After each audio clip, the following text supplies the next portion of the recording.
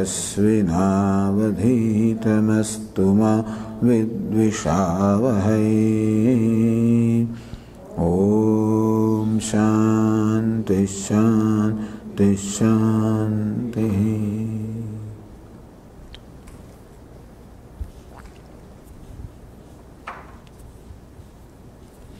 Topic this morning is stress management.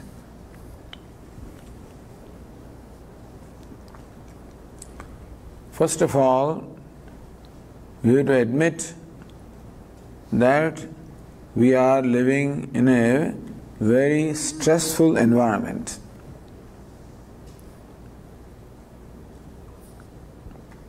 Stress is first caused by a sense of insecurity. When I'm not sure what the next day is going to bring for me, when I'm not sure about the security of my job, security of my business, that is very stressful. We are in a competitive society. This whole market economy is based on survival of the fittest. So we know that the one who is fit alone can survive. If you are not fit, you will be run over by others. And that being the case, it puts a lot of stress on everybody to always remain fit. And if you are not careful, not alert, then you can be run over. They say that if you do not run with others, you will be run over. So that's the kind of atmosphere that prevails. When there is this competition where you are judged merely by your performance, and not your performance, but comparative performance as to how you perform in relation to others. Other people become important to you, meaning that you have to take into account other people in your life, not only yourself. It's not enough that you perform well, but you have to perform as well as others, or perhaps better than others. And this brings in always a comparison. Very often jealousies, and also sometimes compromising means for the sake of end, because when performance becomes important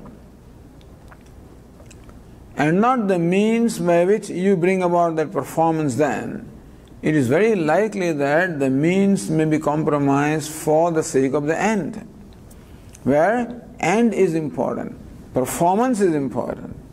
What means you adopt to bring about that performance is not very important, because the world does not bother about that. Whereas the world does not bother whether you are an honest person, whether you are a hard-working person, whether you are a dedicated person. That is not as important as that you are a well-performing person, that your performance is as expected from you. So all of these situation puts a lot of burden or stress on the person. Other thing is, because of these uncertainties and insecurities, it seems to be difficult to trust other people.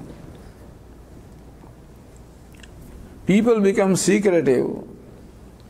They may not want to share what they have for the fear of somebody snatching away their secrets. And therefore, it is quite possible that people are not honest they do not come out as what they are inside.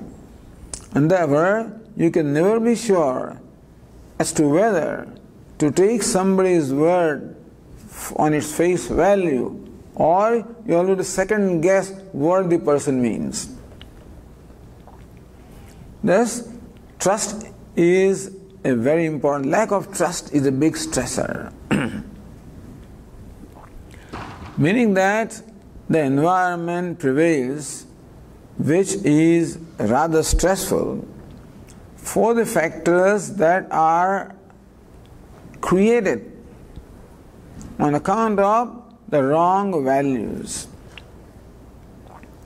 It seems the world has wrong values. An overemphasis on wealth and power and name and fame, an overemphasis on these worldly achievements. Why is there so much emphasis on them? Because the success, these are the markers of success, meaning that whether a person is successful or not is measured by how much wealth or power or name or fame the person has been able to acquire.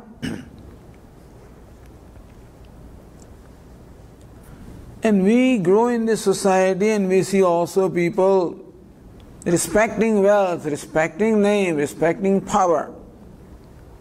And therefore, we also believe that in order to be successful, that is what we should also achieve.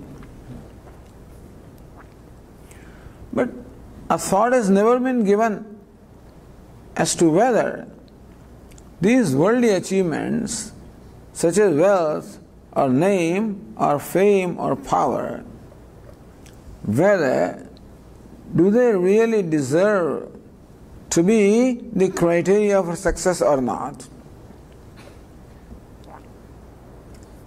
Because even after being a wealthy person, even after being a famous person, even after being a powerful person, which we think are the criteria for success, does a person feel successful?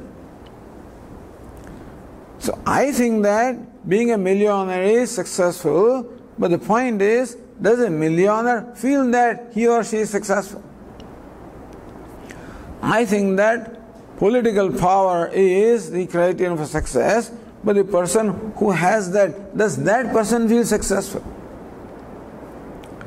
It has been taken for granted that these are the marks of success.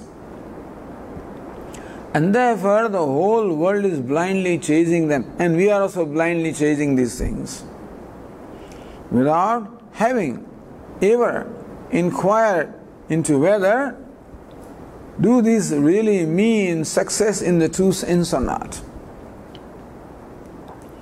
What is true success? Success is not an objective phenomenon, it is a subjective phenomenon. Success is more a state of mind rather than what you possess. It is not what you possess, but what you are is what determines whether you are a successful person or not. So we have, number one, a very wrong concept of what the success is. We all want to become successful, and that is fair. It's understandable that we want to be successful and we cannot object to that. But when we have a wrong idea of what the success is, then we find that in spite of accomplishing what is meant by success, we do not feel successful, meaning that there is a lot of disappointment and frustration. Now, this is a big stress. I can understand that we are in a competitive society and therefore it is stressful, we can't avoid it. We know that what counts in the world is our performance and not the means, but the end is important, we can't help it. Meaning that living in the environment in which we are living, we just cannot avoid certain stresses. But stress has two dimensions. One is the stress that the environment imposes upon us. And second is the stress that we impose upon us. So where we have a freedom is to work on that component of stress for which we are responsible. If you cannot trust the other person, it is stressful, well, you have to deal with it. If there is no job security, it is very stressful, you have to deal with it. So there are stresses caused by situations which are beyond our control, and we have to deal with them in that respect. There is a way of dealing with them, we will talk about that. But there are stresses caused by our own self, contributed by ourselves. And one of the important aspects of that stress is a wrong perception of what true success is. I want to become successful in my life, and that is understandable. But I have a wrong criterion of what success is. I have taken for granted that success is what the world calls success. If you are a famous person, you are a successful person. You are a wealthy person, you are a successful person. You enjoy power, authority, you are a successful person. It is taken for granted that these are the measures of success. And this is not right. As I just said, it would be very interesting to check with the people whom we think are successful. Check with them in privacy, perhaps not in public but in privacy. What do you think about yourself? Do you think that you are a successful person? It is quite possible that a person can be very wealthy. But we have to ask, that is not the only thing about life. Life has many dimensions. What kind of harmony do you have in your family? What kind of relationships you have with other members of family? What kind of relationships you have with your friends and acquaintances? What kind of trust you enjoy from other people? What kind of self-esteem or self-respect you have about yourself? Really, the true criterion for success is what kind of self-respect or self-image you have about yourself. It is not what people think of me. It is what I think of myself. Now, this dimension is never paid attention to. And therefore, all the time, I am trying to become acceptable to others. What others think of me is very important to me. How others treat me is very important to me. How I am judged in the view of others has become very important to me. But I do not ask myself, what do I think of myself? This stress is a typical human problem. What is stress anyway? Stress is a mental affliction. Anxiety is stress. Fear is stress. Frustration is stress. Self-dissatisfaction is a stress. Self-non-acceptance, self-dissatisfaction, self-rejection is a big stress.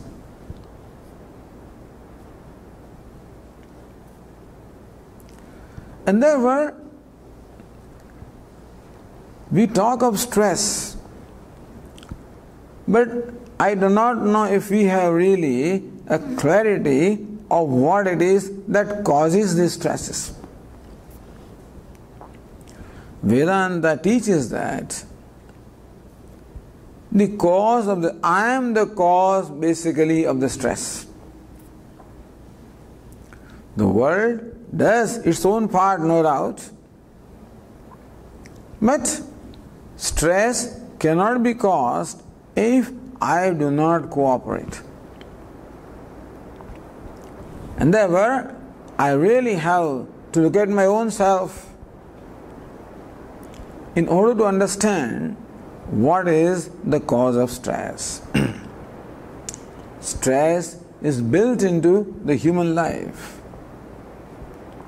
because human being is a self-conscious being, meaning that I am conscious of myself.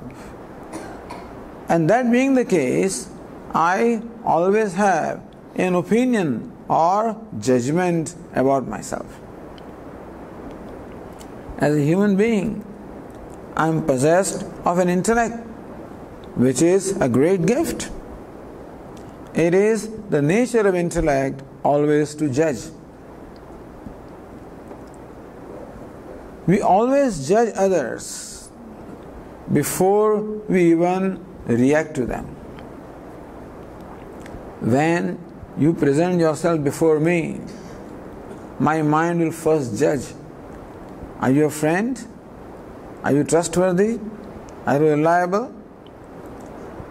Are you an enemy? Do you mean well of me? Do you mean ill of me? This judgment first takes place in my mind before I interact with you. Understand that? Therefore, my interaction with different people is of different kind because I may judge different people in different way. Whether they are helpful to me or hurtful to me. What is my estimate or what is my opinion? What is my judgment of the person or a situation?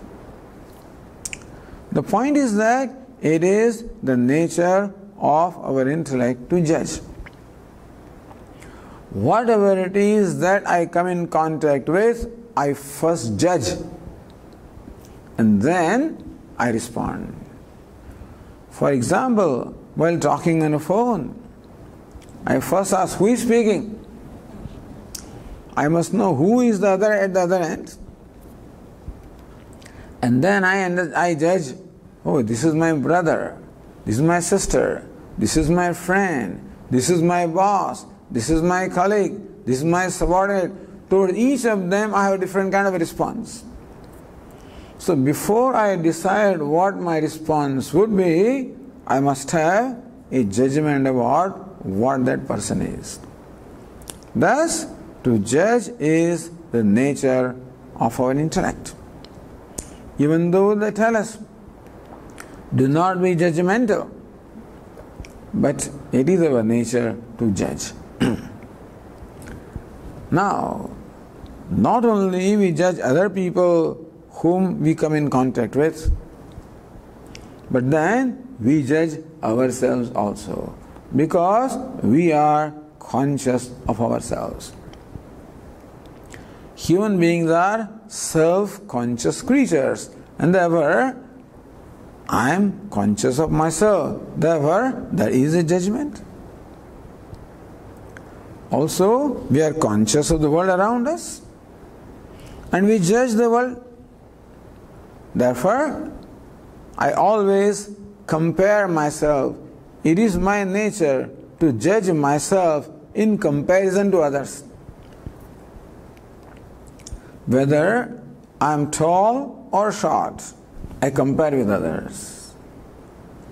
I am bright or not, comparing with others.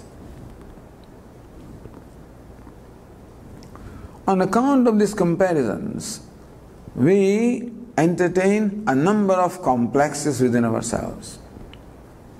Our Swamiji says, look, a cow does not have this problem of self-judgment. That being the case, it has no complexes. There may be a cow which gives 10 liters of milk. There may be another cow that gives only 2 liters of milk. We would think that a cow giving only 2 liters would feel inferior, is it not so? Here is a cow giving 10 liters of milk. Do you think the cow feels that way? Not at all. There is a cow with shapely horns, another cow with crooked horns. If my ears were crooked, if my nose was crooked, then I would think that I am an ugly person. I would have a complex of being an ugly person. Do you think a cow has a complex? Not at all. And that's the reason why there is no need of any plastic surgeons or cosmetic surgeries for cows and buffaloes, etc., because they do not have those kind of complexes. We have complexes, millions of complexes, arising from every part of my body. My head can become a cause of complex, whether I have enough hair or not. What's the color of my hair? What is the density of my hair? Whether curled or straight, all of these become the cause of complex. My nose can become a source of complex. What kind of nose do I have? There are many people who go to plastic surgeons to repair their nose. My teeth can be a problem. Are they in alignment? Are they, good looking? That's why a whole business is going on about braces and stuff like that. My belly can become a problem. Is it big? The stomach can become a problem. My height can become a problem.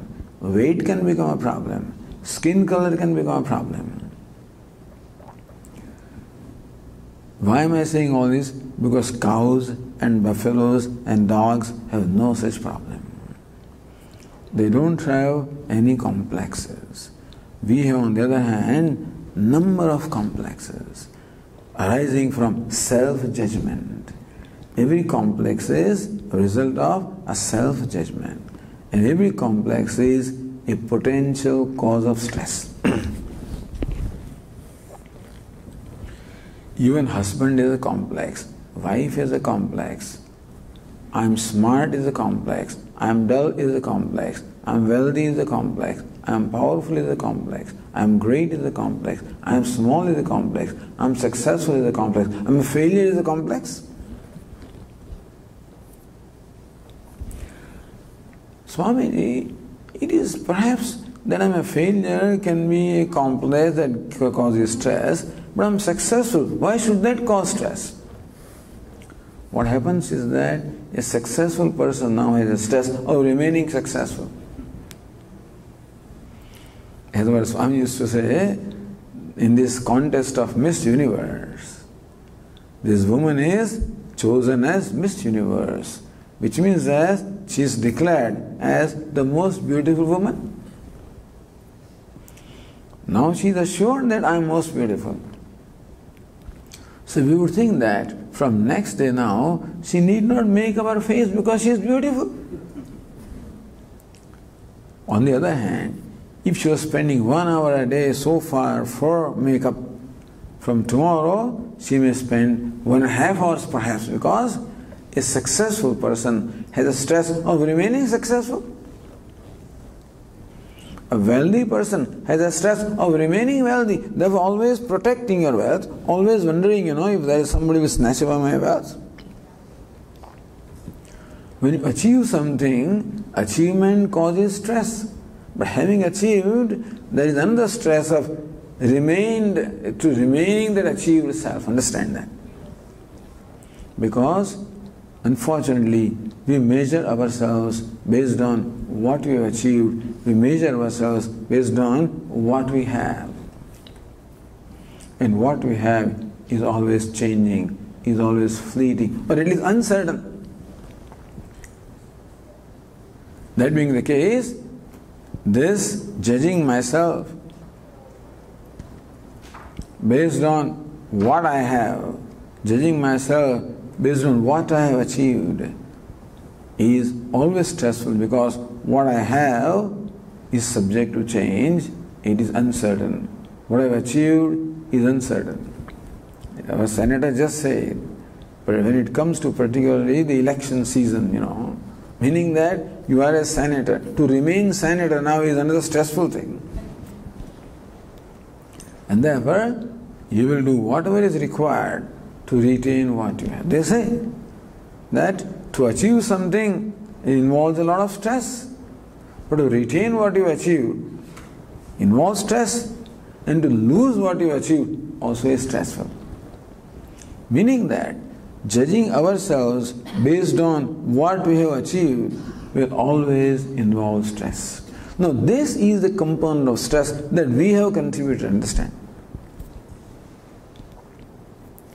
That we have decided that we are successful only on the basis of what we have achieved. We are successful on the basis of what we possess. Not realizing that success is not based on what we have, success is based on what we are. What is success? That's a good question. Swamiji, when I achieve my goal, I am successful. When my desire is satisfied, I am successful. Granted that you are successful when you have achieved your goal.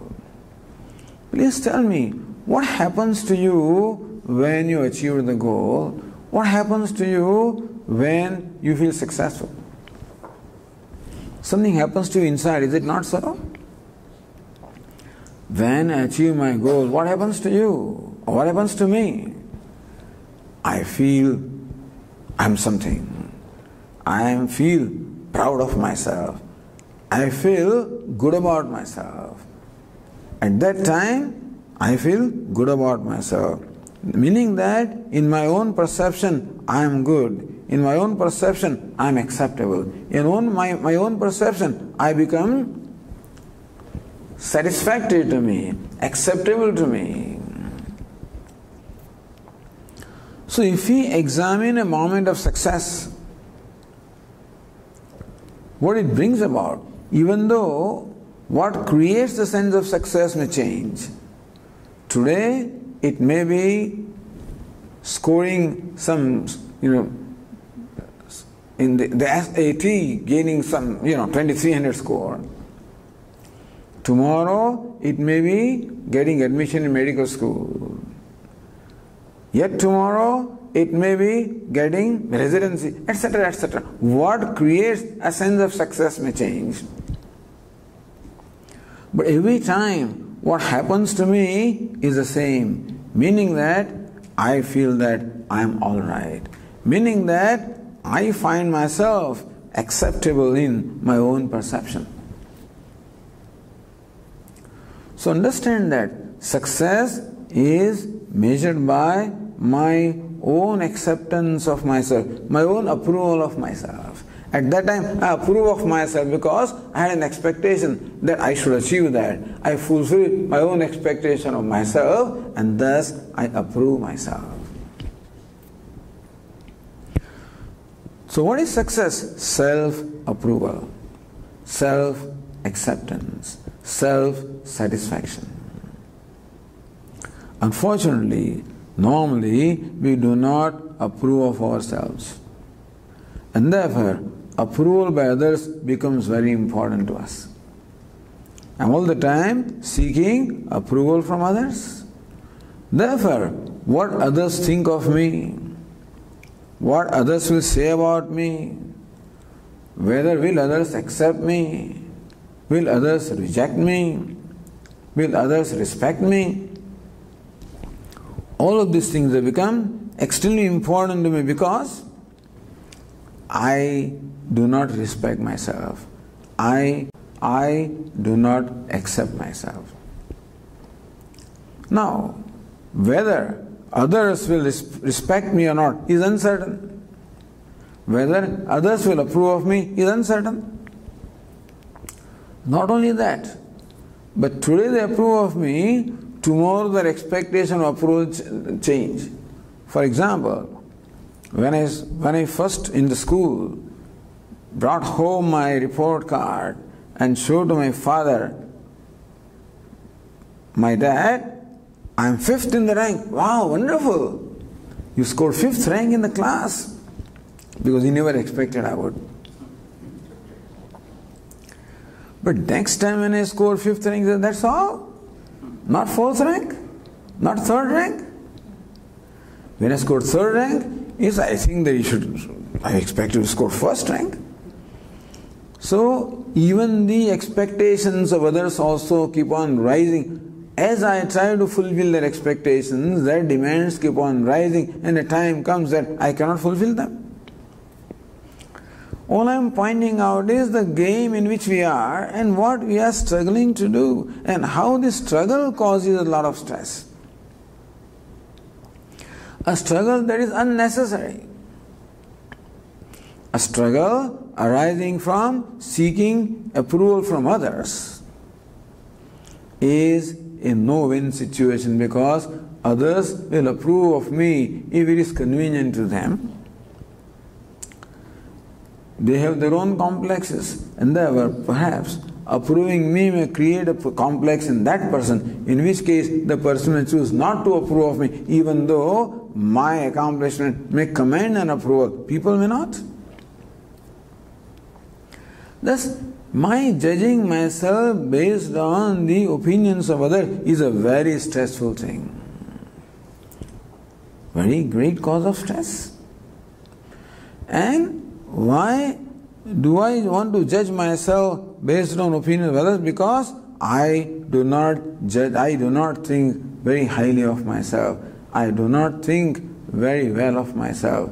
I do not have a great self-esteem. I suffer from a low self-esteem.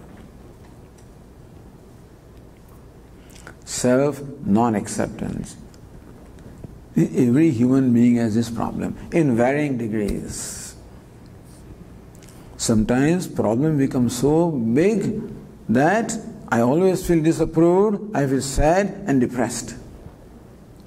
So this thought build-up of self-dissatisfaction or self-non-acceptance is what causes unhappiness and sadness. And if the thought of self-non-acceptance keeps on building up, non-acceptance becomes more and more pronounced, resulting in self-rejection, self-condemnation. That is what leads to sadness and depression. Thus, Vedanta teaches that the only cause of unhappiness, the cause of unhappiness does not lie outside there. The cause of stress does not really lie outside there. The cause of stress lies within me. And the basic cause of stress is my not approving of myself, my not accepting myself. Why do I do that? Why do I not accept myself? Why do I not approve of myself? Because I have expectations of myself. Most amazing. I have expectations of my own self as to how I should be. And I keep on constantly judge myself whether I am able to live up to my expectations or not.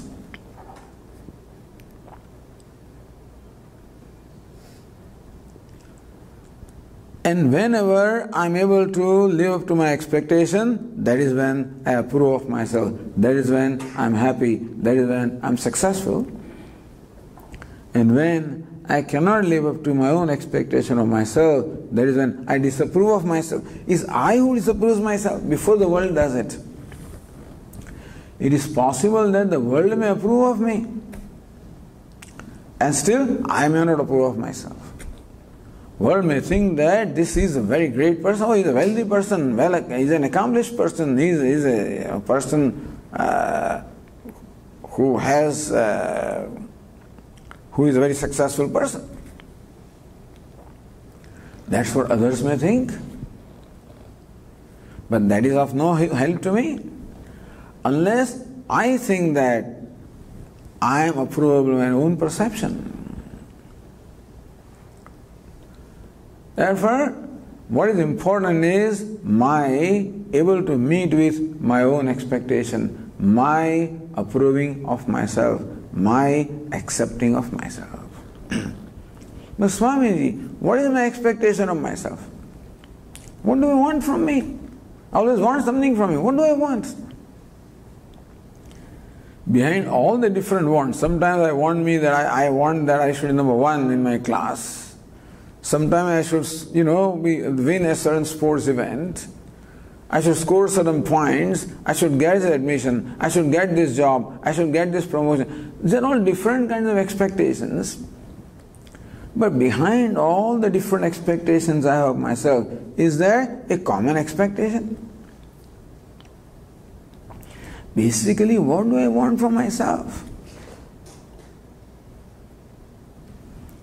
Every human being is born with a basic expectation from his or her own self.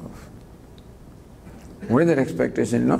That I must be a perfect person.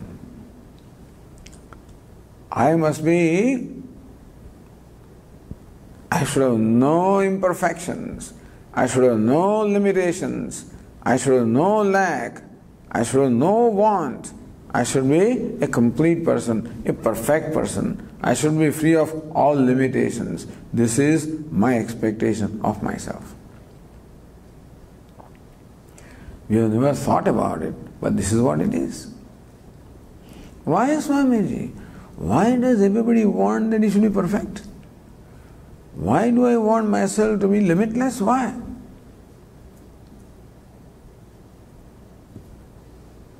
That is because limitlessness happens to be my nature. Perfection happens to be my nature. Unbelievable. Swami, it is unbelievable that limitlessness is my nature. Perfection is my nature. Wholeness or completeness of nature is something unbelievable. Swamiji, I am incomplete in every way. I am imperfect in every way. How do you say that perfection is my nature? My body is imperfect in every way. I become breathless even when I climb one flight of stairs. How do you say I am perfect? I cannot even run 100 meters, I become breathless. How do you say I am perfect? Every so often, every season I catch all cough and cold and suffer. How am I perfect? Every bacteria attacks me and I have all kinds of fever. How am I perfect? My stomach gives me problem all the time. My head gives me problem all the time. How do I am perfect? And when you come to mind, Swamiji, my memory is limited. I can't remember things. I can't remember faces. I can't remember names. I can't remember figures. People have different problems. Some people are very good with figures. They may not be good with faces. Good with faces, not good with names. Good with names, not good with relations. And thus, in memory also have lots of limitations.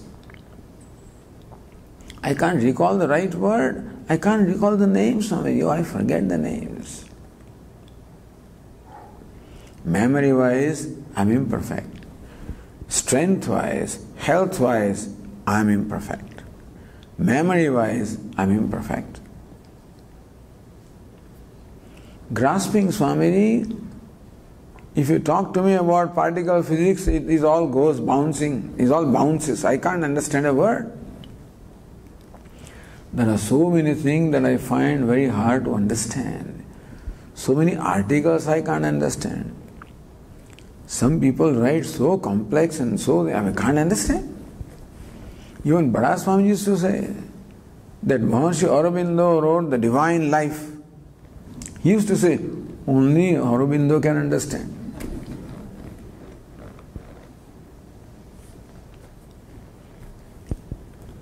So, imperfection with limitation with reference to memory, limitation with reference to grasping power, having grasped limitation in retaining, having retained limitation in recalling.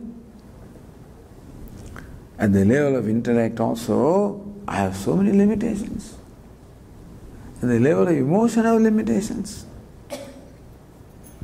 Thus, I am imperfect in every way.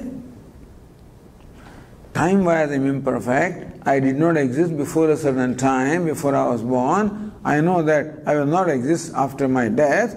Time-wise, I am there only for a short period of time, and that also time-wise I am imperfect. Place-wise, I am imperfect. I can be at one place at one time. Otherwise, so many people would have been here this morning. Suppose you could be in your place of work also, and here also. Maybe many people could have come, but you can't be. You can be only at one place at one time. So understand that in whichever way we look at ourselves, we find ourselves limited, imperfect. And still, what is my expectation of myself, That I should be perfect. That I should be limitless. That kind of an expectation I have imposed upon myself. And I keep on judging myself whether or not I am able to live up to that expectation, and when I cannot, I disapprove of myself. I become dissatisfied of myself and I become unhappy. This is the cause of all the stress.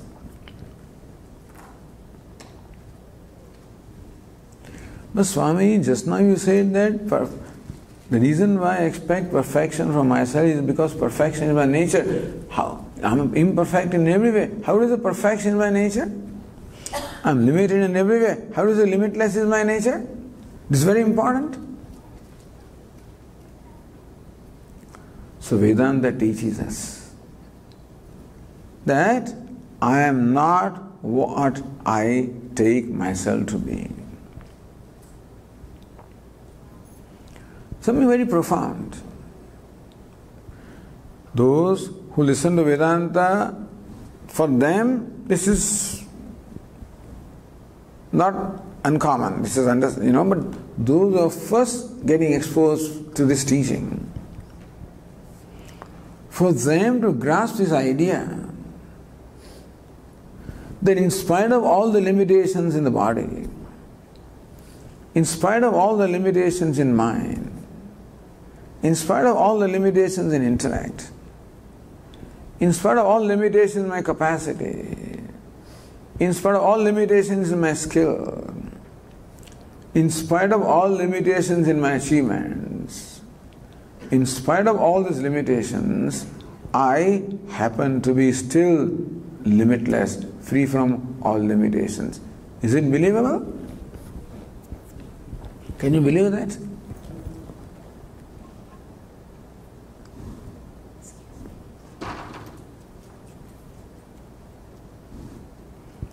When can it be? When can it be that I am limitless in spite of all these limitations, in the midst of these limitations? Only when I am not what I take myself to be. I am perhaps different from what I take myself to be. What do you mean, Swamiji? That habitually I take this body to be myself. That this is I. You write, Swamiji, write your description. I will write 5 feet 9 inches height, 160 pounds, whatever the weight, this, that I will describe. This is my name, this is my father's name, mother's name, this name, that name. So when I describe myself, I am describing my body. Or I am so and I am an engineer, I am a doctor, I am so and so, I am describing my intellect. But very interesting thing, I just said I am describing my body. You see, when we go to a doctor, for example, doctor says, well, what's the matter? Doctor, look at my stomach, there is some stomach ache. My head, there is a headache. My shoulder, there is a shoulder ache. My knees, there is knee pain. My knees, my shoulders, my head, my stomach, my body. Don't we say that? Don't we very often say that this is my hand, this is my head, this is my stomach? And still, if you happen to touch my head, don't touch me. One moment I say to doctor, my head is aching. And if somebody touches my head, don't touch me. So when I say it is my head, my hand, my body, then there is something clear to me that I am someone different from this head. I am someone different from this body. But next moment I forget. When you touch, hey, why do you touch me? Don't touch me. This is called identification, meaning that I say my body, my mind. When we were growing up, sometimes the mother would tell us, don't come near me today. My mind is not in the right place. Don't come near me. My mind. So sometimes we say, my mind, my intellect, my body. Very often. You know what it suggests? It suggests that I am perhaps someone different from this body. This is my voice recorder. This is my clock. This is my cloth. This is my table. This is my house. When I say it is my house, it is clear, very clear that house I am not. I am the possessor of the house, someone different from the house. When I say this is my book, it is very clear that I am someone different from the book. Similarly, when I say this is my body, I may not say it all the time. Now and then I say that.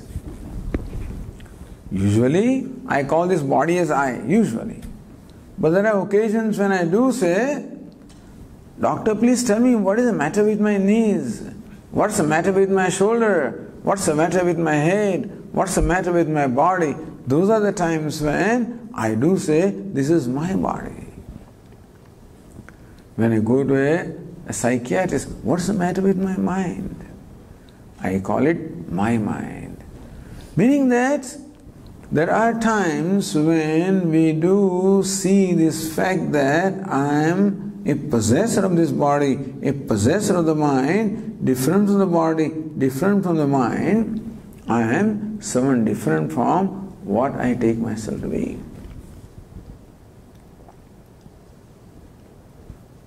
Then who are you? You are not the body. You are not the mind. Who are you? You are one who is aware of the body.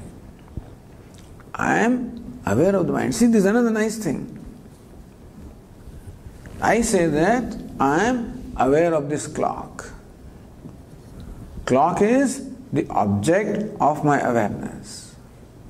Who am I? I am the locus of awareness. I am awarer, locus of awareness. The clock is the object of awareness.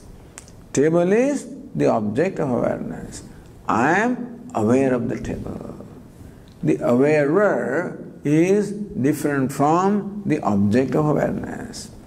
I am aware of clock.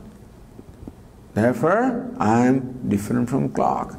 The awarer is different from what he or she is aware of. Now, if I am aware of the clock, can I say that I am aware of this body? Am I aware of the body? Very much. In fact, I am much more intimately aware of the body than I am aware of the clock.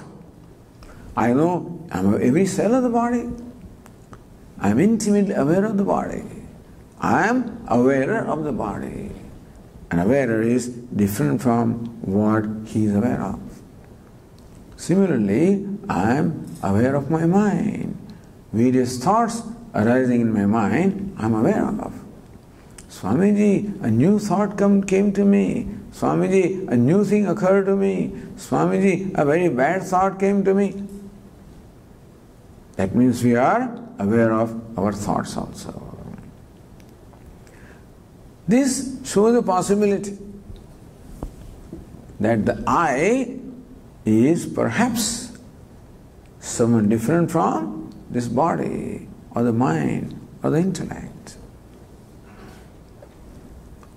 Therefore, remember, all imperfections belong where?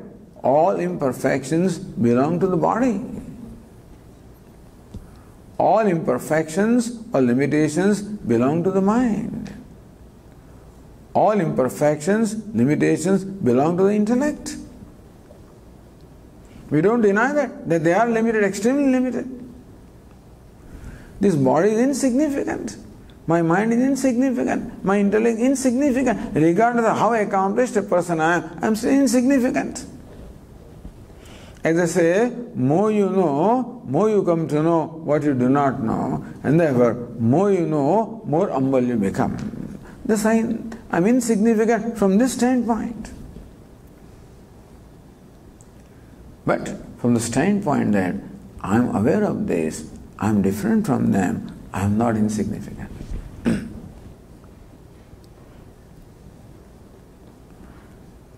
This is where Vedanta says, I will not go much into detail, but the point is, I'm just pointing out that there are imperfections, no doubt, but not where we think they are. One day, I was traveling in train in India, and I just woke up early morning, went to the bathroom. There's a mirror in the bathroom. I just happened to look at my face in the mirror, and I found that there was a big stain on my face. Maybe something happened during the night, I don't know what happened. So I started rubbing it off. And look, it is still there. I took some soap, I tried to wipe it out, rub it off. All my attempts were not successful. The stain would not go. Why would it not go? Where was the stain? Stain was on the mirror. I thought it was on my face. And therefore, regardless of what I do, it will not go. So sometimes this happens. That sometimes the thing is not where we think it is. The stain is there someplace, but not where I think. Similarly, limitations are there, no doubt, but not where I think. You know, in Vedanta what we say? The stain was on the mirror. I thought that it was on my face. Meaning that I imposed, I transferred, I superimposed the stain on the mirror on my face, and then suffer from this problem that there is something that happened to my face. In fact, one morning this fellow woke up in the same train and went there, and he found that his face, there was a stroke. He found his face was completely distorted when he saw the mirror. He came out, thank God, all distortions were in the mirror. But not recognizing that, he thought that my face was distorted. This is called superimposition. You know, sometimes we are watching movie, we become so engrossed in watching, we become so one with what is going on there. Have you seen people shedding tears while watching movie? This man is sitting in a theater, air-conditioned movie theater, with comfortable pushback chairs, with a Coke in one hand and popcorn in the other hand, with his wife sitting beside him, watching the movie. And I see tears coming from his eyes. I ask him, hey, what happened to you? He said, my wife has left me. His wife is sitting beside him, but he says, my wife has left me. In fact, in the movie, that hero's wife, that fellow's wife had left him. But so much identification with him that he feels that his wife has left him. This is called identification. Does it ever happen to you? Don't we very often feel the same feeling that the people are feeling there on the screen? Sometimes they get so identified with the favorite actors or actresses that what they feel we start feeling. He wins a lottery there and I jump here. Particularly while watching, for example, like this World Cup, or the Wimbledon, depends on what team I'm rooting for. If I'm rooting for Brazil, they score a goal, I jump here. I don't even know how to even hold a football. I don't know. But I feel I have won that. I scored a goal. That much joy I have. This is called identification or transference. What happens in one place is transferred on something else. Similarly, in our life also, this transference or identification is going on. All the limitations and difficulties and problems which are there in this body or the mind, all of them are habitually transferred or superimposed upon myself, and therefore I am suffering from a sense of limitation. Constantly I suffer from a sense of limitation, a sense of inadequacy, a sense of lack, a sense of want. I constantly suffer. And you think, what is my life? My life is nothing but a process of constantly removing that lack or want from myself. I think that if I become a millionaire, that lack will go away. If I become a senator, that want will go away. I get such and such thing, that lack or want will go away. All those attempts are, what kind of attempts? It was like washing my face to try to remove that stain. Regardless of what I do, the stain will not go, because it is not there, If stain was on my face, it would go away by washing it. But it does not go because it is not there. I am trying to do something, I am trying to solve a problem which is not there. And every time after cleaning my face, I look at the mirror, the stain is still there. I am frustrated. Similarly also, my life is constantly a process of trying to remove the lack or want or incompleteness from myself, and regardless of what I do, I still find myself lacking or wanting or incomplete. There are moments when I feel good. When I achieve a certain goal, I feel good. After a little while, I was where I was, back with the same sense of lack, and now I want to achieve another goal. When a goal is achieved, when a desire is satisfied, there is a momentary satisfaction, no doubt. But that satisfaction does not last. Again, I find myself dissatisfied, chasing some other goal. Therefore, the basic problem of stress is a philosophical problem, not a worldly problem. Then it becomes a psychological problem. Then it becomes a situational problem. Basically, Vedanta explains that the problem of stress is a philosophical problem. In what sense? In the sense of transferring or superimposing something that does not belong where I think it is. Meaning that the limitations and wants and lacks of this body-mind complex are all superimposed upon myself, and I judge myself as a lacking, wanting, incomplete being. This is like thinking that the stain is on my face, still lacking, still wanting. And this is what causes all the disappointments and frustration in my life, because I do not find myself what I expect myself to be. I do not, in spite of all these struggles, I do not find myself what I want to see myself, what I want to be. And this problem can be solved again by the knowledge of what my true nature is. But the reason why we brought this to our attention is that the problem of stress lies within me rather than without me.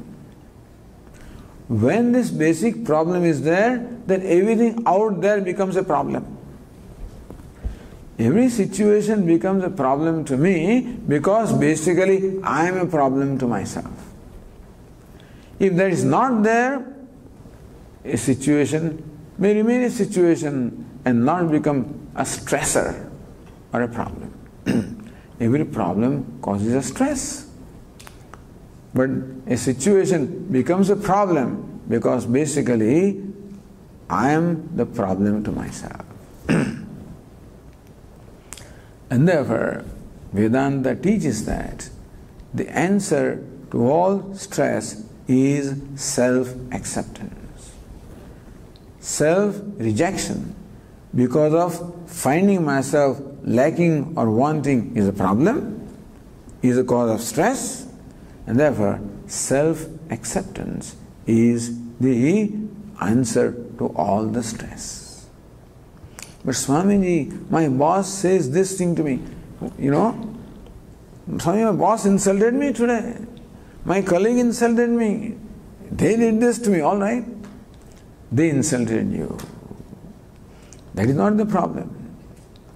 You know why insulting me, what they managed to do? By insulting me, they managed to create in me a complex that I am insultable. Meaning, I am no good. So, the wrong behavior is on the part of the other person. But I transfer it upon me. So maybe he insults me because it is his opinion that I am stupid. His opinion that I am idiot. His opinion that I am no good. As long as it is his opinion, is not a problem. When it becomes my opinion, then it becomes a problem. And that is our opinion, unfortunately. Our Swamiji says this, that if 5 fellows are going, I call them by name, hey Tom. Tom looks at me. Hey Patrick, he looks at me. Hey Sridhar, he looks at me. Hey idiot, all of them look at me. Because this is the kind of estimate that I have of myself. And therefore, when you call me idiot, it strikes a chord in me. So, I transfer that, your opinion, onto myself and brand myself idiot. And then I become unhappy with myself. That is the cause of my suffering. It is not what you think about me that is the cause of my suffering. It is what I think about me. But unfortunately, we do not have a high self-esteem. We do not have a great opinion about ourselves. Suppose you tell me, Swamiji, you are no good. You can't speak a word of English. Suppose you tell me that. It's not going to affect me because it won't change my opinion about myself. Yeah, I thought that you studied such and such book. I don't think you have. When I'm very sure about myself, regardless of what you tell me, is not going to bother me. Understand? There are certain things about which we are very confident. We are sure about ourselves. I know. Regardless of what you say, will not affect me. When will it affect me? When I am not sure about myself to begin with. Meaning that when I do not have a good opinion about myself to begin with. When I do not feel good about myself, when I do not accept myself, when I reject myself, this is when everything that happens out there becomes a problem to me. So basic solution, we'll tell of other solutions also, but the basic solution is self-acceptance. But Swamiji, how can I accept myself with all these limitations? I am an idiot, how can I accept myself? I am no good, I am not efficient, how can I accept myself? I am not efficient, I am not smart, I am not this, how can I accept myself? To remind myself that you are right, that you are not smart, that you are not efficient. But understand that number one, all this inefficiency, non-smartness, all of that belongs to your mind, it does not belong to you. Oh, but Swami, that is too difficult to create that distance. All right. Then you are not smart. What do you mean you are not smart? See, this is a big judgment about ourselves. Swami, I am not smart. You know why? Because I could not do a particular thing, therefore I judge myself. But you are not smart with reference to one thing. How do you say you are not smart? See how we judge? It's interesting. Our Swamiji was saying this, that once he was invited for dinner. They were all sitting on the dinner table. And one person sitting beside Swamiji tells in his ear, Swamiji, you know that fellow across the table, that he is a failure. That fellow is a failure. Swamiji says, oh, that's an interesting, how does a failure look like? Let me see. He's a failure. Who is a failure? One who fails in everything. That's a failure. So that man started eating. He took a piece of bread, put it in his mouth, and that is successful. He chewed and swallowed, successful. He opened his mouth to talk and he was able to speak, successful. So what is, what do you mean by failure?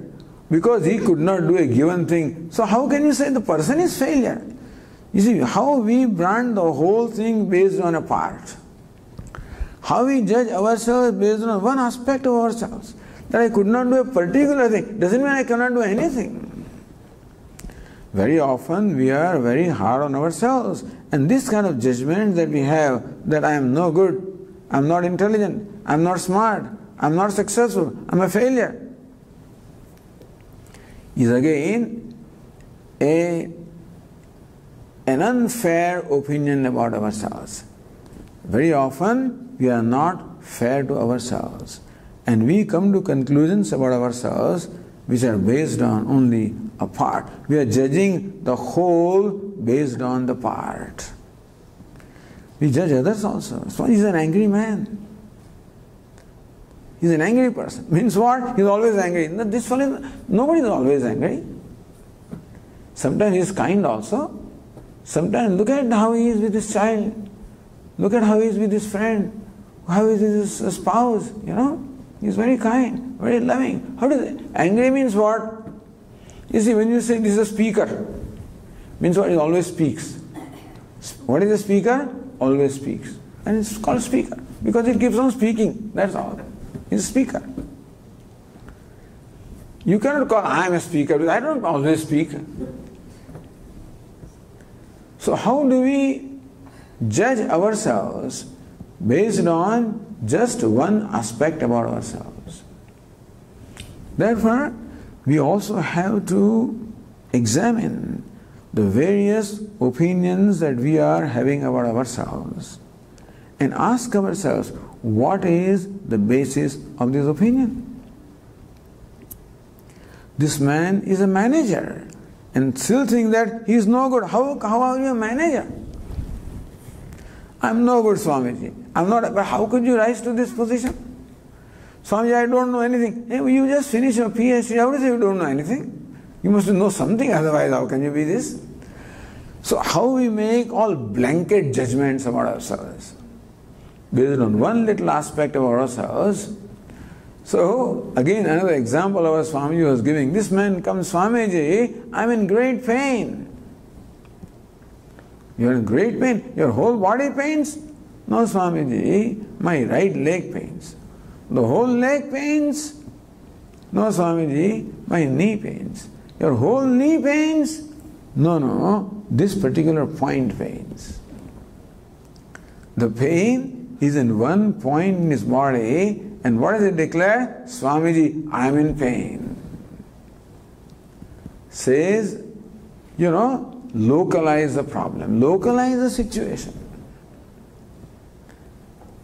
Understand where the thing belongs. A person is not smart, not with reference to something. Not sharp with reference to something. Not successful with reference to something. But thus we have this kind of blanket opinions about ourselves. And therefore there is synchronization. When somebody says something, automatically I repeat it to myself that I am like that, and this is what makes me unhappy or miserable. It is not what somebody says about me, it is what I say about myself. Therefore, one thing is to create a distance.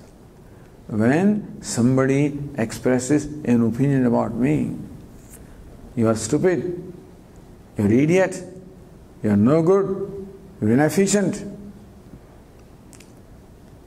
I must create a distance. A two-step response. One step response is, he says I am an idiot. What do I say? I am an idiot. That's one step response. Two-step response is, I am an idiot. That is his opinion, not my opinion. Thus create a distance. In that case, then I will have a room to really examine whether this person's opinion is right or not. The opinion is right, I need not feel bad about it. Because it's right, I should learn something. If it's wrong, I need not feel bad about it because it's wrong. Thus, what we keep on telling ourselves about ourselves, how we keep on branding ourselves, how we keep on judging ourselves habitually, sometimes with no basis at all. And thus, that is the cause of all the stress, because then I'm always concerned about what others will think, what others will say, how others will judge. Whereas what is important is what I think, what I say, how I judge. And therefore, one important solution to the problem of stress is self-acceptance. Accepting myself as I am. Respecting myself as I am. Loving myself as I am. This is a basic problem. I do not love myself. Therefore, I want the whole world to love me. But loving myself, accepting myself, discovering a comfort with myself. This is one of the important solutions of the stresses that are all caused because of my non-acceptance with myself. We'll continue the discussion tomorrow. Now we're supposed to have a meditation.